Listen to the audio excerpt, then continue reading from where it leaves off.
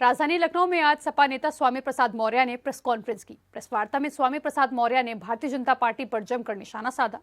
स्वामी प्रसाद मौर्य ने कहा कि अपनी जनता पार्टी के तत्वाधान में संविधान, सम्मान एवं जनहित यात्रा का दूसरा चरण कल से बस्ती मंडल से शुरू होगा। इस यात्रा का मुख्य उद्देश्य केंद्र और प्रदेश सरकार की नींद को जगाना है। आगे क्या कुछ कहा स्वामी प्रसाद मौर्य ने, सुन। अब कल से मेरी दूसरी यात्रा शुरू होने जा रही है और उसी कंटिन्यूएशन में 10 से लेकर के 14 तक कानपुर मंडल और आंशिक आगरा मंडल के जिलों का भी भ्रमण प्रस्तावित है। बस्ती जनपद से शुरू होगा, उसके बाद खलियाबाद, फिर सिद्धार्थनगर, फिर महाराजगंज और उसी क्रम में पूर्व निर्धारित कार्यक्रम के कारण मैंने 2 दिन के दौरे में गैप किया है। फिर 7 तारीख से गोरखपुर, देवरिया, गौरी बाजार, हाटा होते हुए कुशीनगर और 8-9 में कुशीनगर के सभी जिले विधानसभाओं के भ्रमण कार्यक्रम और फिर उसके बाद 10 से लगातार कानपुर के कन्नौज, फर्रुखाबाद, मैनपुरी, इटावा, औरैया, कानपुर देहात और कानपुर नगर के सभी जिलों में तीसरे चरण की यात्रा की जाएगी। जनता पार्टी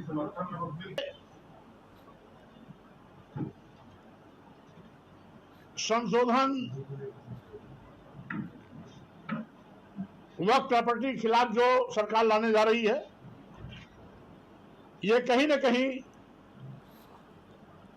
सरकार का दुराग्रहपूर्ण निर्णय है। अभी तक जिस तरीके से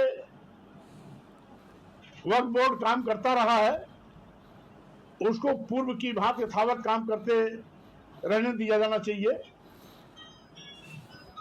सरकार इस बिल को लाकर के वक्फ बोर्ड की संपत्तियों को कहीं न कहीं हड़पने, दुरुपयोग करने, मनमाने तरीके से उसको बेजा इस्तेमाल करने के दुरुपयोग की पूरी संभावनाएं हैं।